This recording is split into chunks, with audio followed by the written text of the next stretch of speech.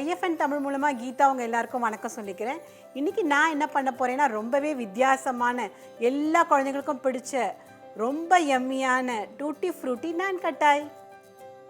Tutti Frutti Nankhatai பார்க்கணும்னா நீங்க என்ன பண்ணணும்? எப்பவுமே நான் என்ன சொல்றேன் அதேதான் பெல் ஐகானை பிரஸ் பண்ணணும். அப்பதான் என்னோட வகைவகையான நோட்டிஃபிகேஷன்ஸ் உங்களுக்கு கிடைக்கும்.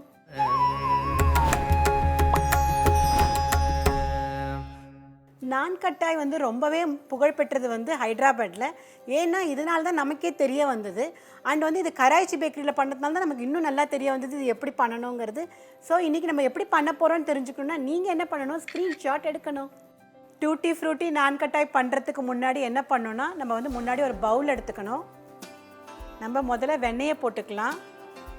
அடுத்தது நான் பொடி பண்ணி வச்சுருக்கிற சர்க்கரையை போட போகிறேன். ரெண்டையும் நல்லா கலந்துடலாம் இப்போது பிளெண்டரால்.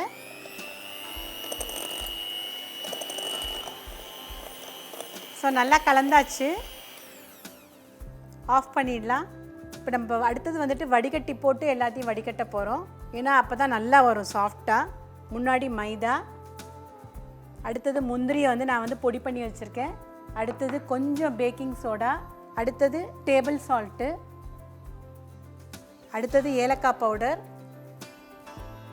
ஸோ எல்லாத்தையும் இப்போ வந்து நம்ம வடிகட்ட போகிறோம்.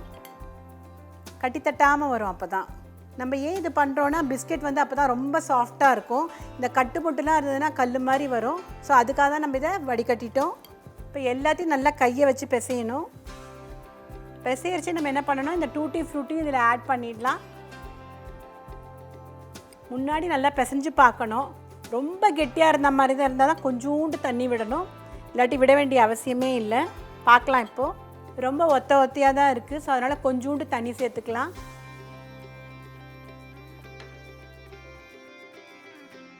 ரொம்ப அழுத்தி பிசையக்கூடாது, ரொம்ப லைட்டாக ஸ்லோவாக தான் பண்ணணும்.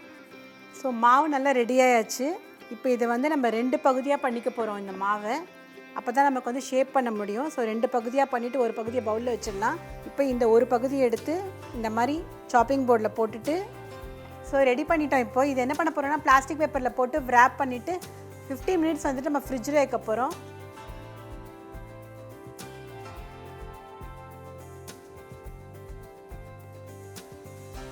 ஸோ ரெண்டுமே ரெடி ஆயாச்சு. இப்போ நம்ம இதை வந்து ஃப்ரிட்ஜில் 15 நிமிஷத்துக்கு அப்புறம் எடுத்துடலாம்.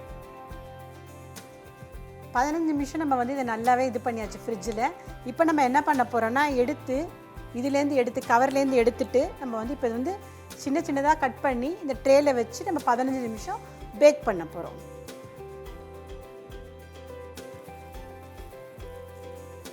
நாம் ஏன் இதை வந்து 15 மினிட்ஸ் வந்து ஃப்ரீஸ் பண்ணோன்னா பட்டர் வந்து உருகி போயிடும் இல்லையா. அந்த மாதிரி வெண்ணெய் உருகடிச்சே வந்து நம்மளால் வந்து இந்த மாதிரி பண்ண முடியாது.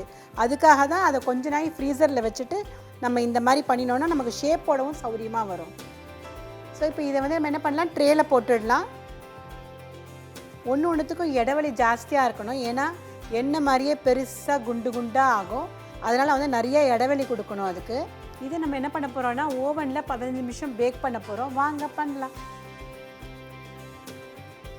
பார்த்தீங்களா எப்படி குண்டு குண்டாக எண்ணெய் மாதிரியே அழகாக முழுன்னு Tutti Frutti Nankhatai ரெடி ஆகிடுது. பார்த்தீங்களா, இந்த மாதிரியே வகையான ரெசிபி தெரிஞ்சுக்கணுன்னா நீங்கள் என்ன பண்ணணும், IFN தமிழுக்கு லைக் பண்ணணும், கமெண்ட் பண்ணணும், மறக்காமல் ஷேரும் பண்ணணும்.